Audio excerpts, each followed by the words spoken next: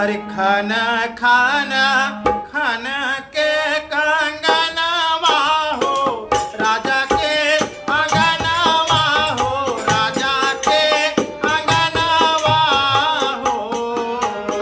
खाना खाना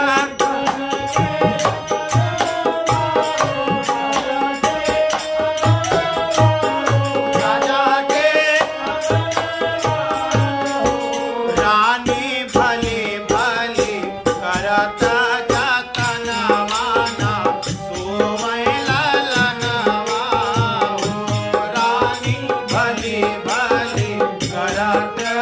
जतनवाना सोमय ललनवा हो रानी भले भले करता जतनवाना सोमय ललनवा हो रानी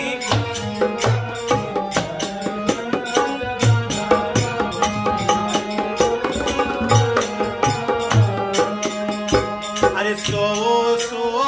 कुमारा कन्हैया दुलारती मैया दुलारती मैया हो सो कुमारा कन्हैया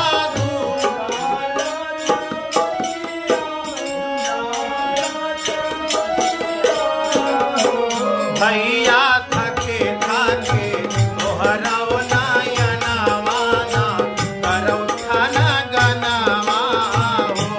भैया थके थके तोहरौ नयनवाना करौ थन गनवा हो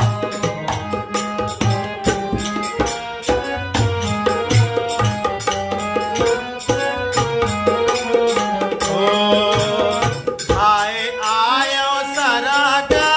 जो नैया भैया का खिलाऊ बा भैया का खिलाऊ बहो हनी आयो सरागा जो हनिया हो भैया के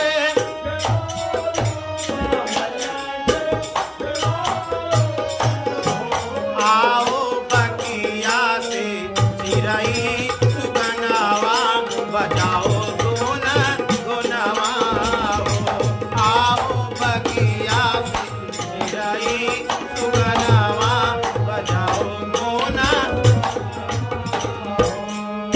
अरे लागए ना तोहरे नजरिया है आखी के उतरिया है आखी के उतरिया हो लागए ना तोहरे नजरिया हो आखी के उतरिया हो आखी के उतरिया हो मैया अंगूरी से पूरी कै कजरावा लगावे मीठा बनवा हो मैया अंगूरी से पूरी कै कजरावा लगावे मीठा बनवा हो रोना जोना बाजे पे जनिया कौशल्या जी के कनिया कौशल्या जी के कनिया हो रोना जोना